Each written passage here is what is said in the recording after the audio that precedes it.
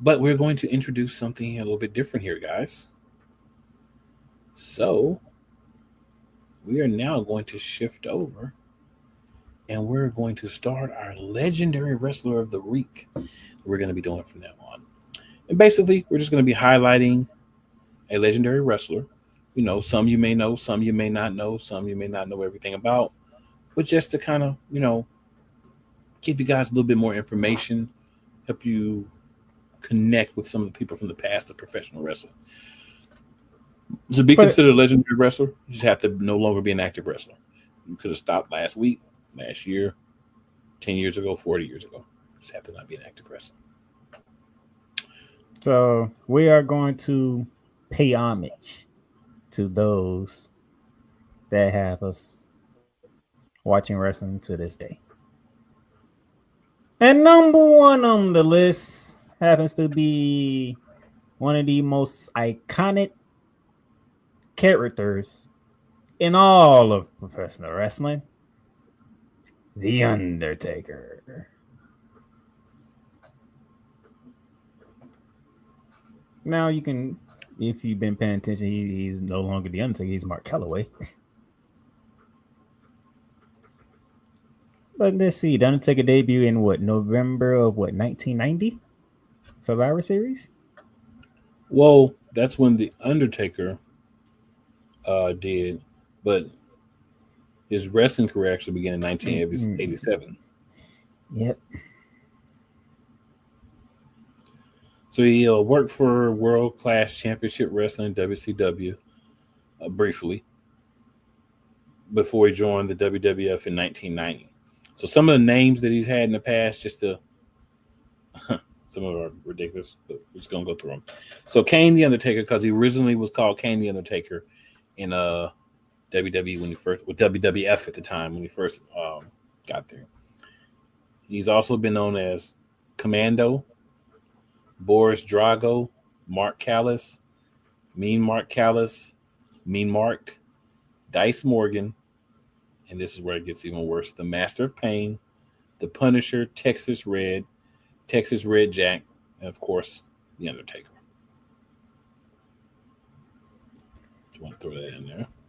Yep. And he didn't know what he was going to be when he came into the WWF. No. He thought he was going to be the one that come out of that egg that they had going on. He thought he was going to be what he said, Eggman. That was crazy time.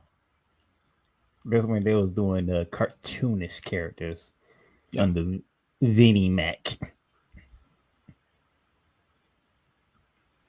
very true. And, Very and then Vince called him, said, "Hey, is this the Undertaker?" And then he went with it true.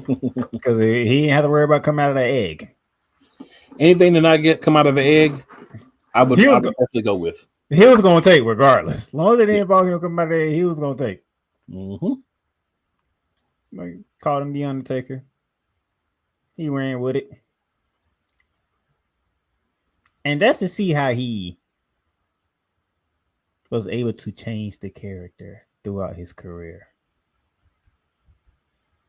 Because at first, when he was the Undertaker, he didn't speak. He rarely spoke. If he did, he say simple words. That's it. You gave him Paul Bearer and all that. You introduced Kane into the mix, takes it to another level. And I think I agree with Kane when he said, "You want to talk about one of the greatest stories told? It is the Undertaker and Kane."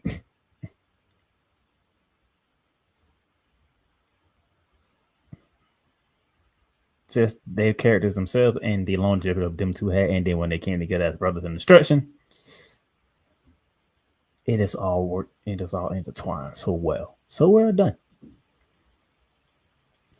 But of course, about the WrestleMania streak that went all the way up to 21-0 until he lost to one Brock Lesnar at WrestleMania 30. And that was the end of that. And ever since then, we don't have to worry about having a WrestleMania streak. Thank you, Paul Levesque.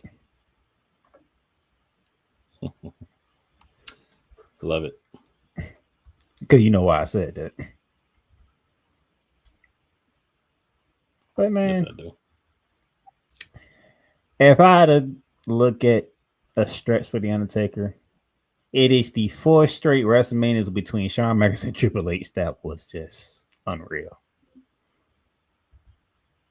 Them 4 years of them 3 intertwining doing WrestleMania, for me, my favorite moments of Undertaker's career, if I'm being honest.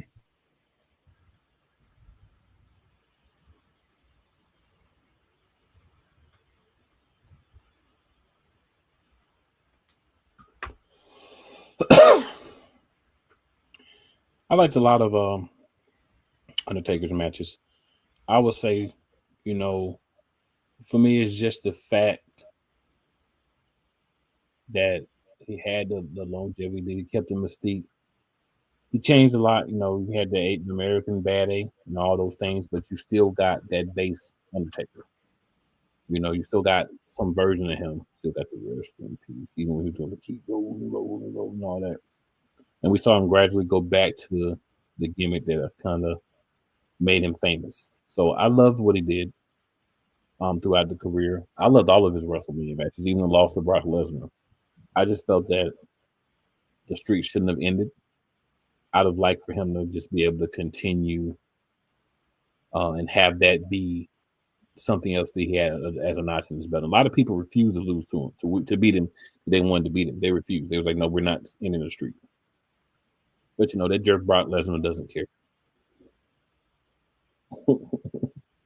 On the contrary, Brock did care. But you know who had the final say, though? Well, I disagree. It's not true. And I'll tell you why that's not true. Because they tried to make John Cena and several people beat Undertaker, and they strictly refused. Brock Lesnar was not like, no, I'm not going to beat the Undertaker. Yeah. But Brock Lesnar, if he was going to lose, if Vince said, no, we're going to keep the streak going, Brock would have been fine with it. That's my point. But Vince tried to end the streak. What I'm telling you is for 6 years. So no, it's I'm not saying, everybody else said no. I get your point. What I'm saying is, no matter what Vince would have chose, Brock would have went with it. That's what I'm saying. But Vince was always going to choose the losing. What I'm saying is everyone else said no. Brock decided, I'll be there. So that's you want me? Brock. Yeah, that's what I'm saying. Brock said, Vince told him, I want you to win. All right, I'll do it. Right, because Brock's the jerk. Everybody else is refused. He in that locker room. He was the jerk that said, I'll do it.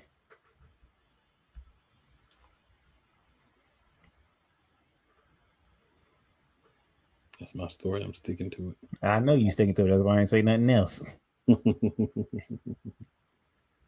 But when you say he didn't care, I'm like, yeah, he cared. It's just Vince wanted him to go over. He went with it. All right, go over. It is what it is. Right. He didn't. That's care. That's the part that you don't like. It is what it is at this point. Then. No, he didn't care. He jerk. He jerk didn't care. Like the importance in history of Undertaker being undefeated, not that it diminishes him by having a loss, but it didn't really do what they wanted it to do for Brock. Because Brock was already too big of a star.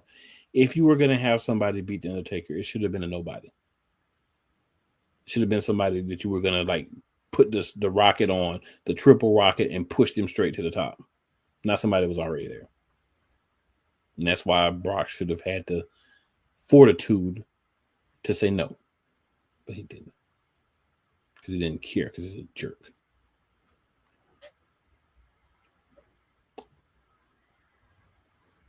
Of course, the opinions of Cool McCain may not be the opinions of one playmaker.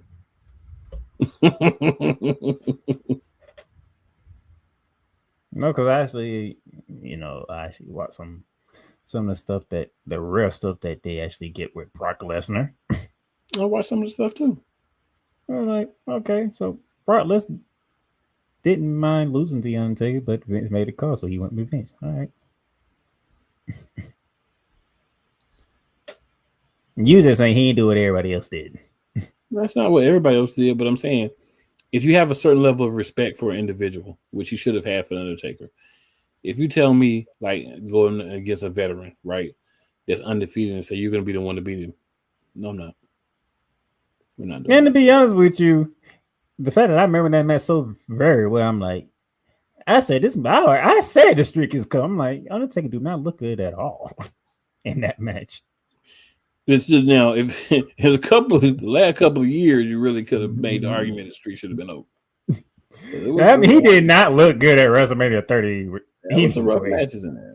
That's actually some rough matches. Because I was saying like, yeah, this streak is in it. Because Undertaker, he don't look right at all. The year that he lost, whether he won or lost, it should have been his last like WrestleMania match. I mean, it's Father Time. Father Time catches up to everybody. Not trying to take anything away from the Undertaker. Excuse me, Father Time catches up to everybody. Because that's all I'm saying is, yeah, you can say he was a jerk for doing it, but when I remember that match very well, I'm like, I don't know how you can spin this to have the Undertaker win this match because the Undertaker don't look like he's there. Man, the Undertaker won 3 or 4 matches and didn't look like he was there. So you could have spun it.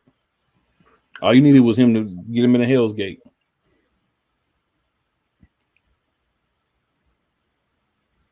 Hey. All good things come to an end, unfortunately.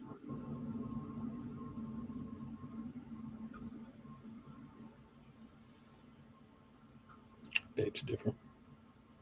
unless we're talking about his career as a whole, I beg to differ. just like all bad things don't last forever. They come to an end at some point. Yeah. I could go dark there, but I'm not. I'm just gonna say yeah. Just saying. But hey,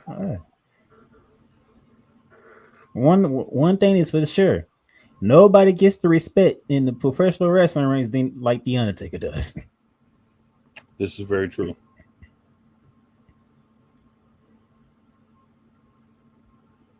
I agree. That man is very respected.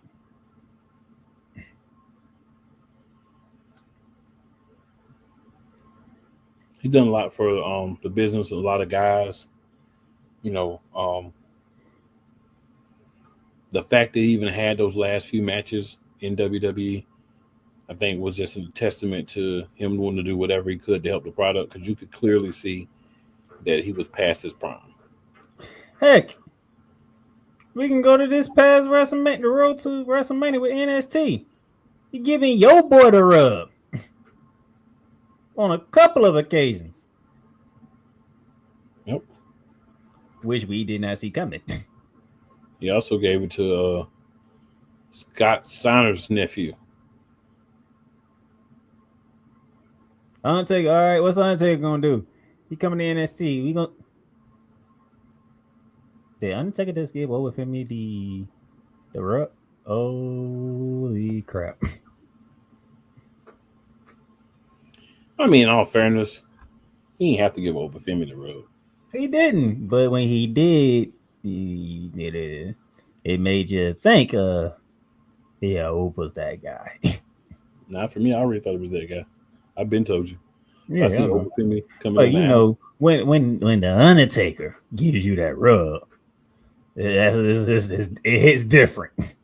When I look at you and say I would not want to fight that man or see that man in a dark alley under any circumstances, you no matter who rub you, okay, you already at a very high level to me. But there are people that need that. There are people that only respect you if certain people give you the rub. I'm just not one of those people. I'm not either, but I do understand. But we understand when you see the Undertaker give him that rub, and it's like, oh, this is okay. Okay, I must fully invest and pay attention now. I dig it.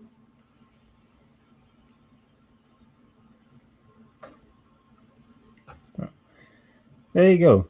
Legendary wrestler of the week to start this new thing. I wish it'd be every other week. The Undertaker.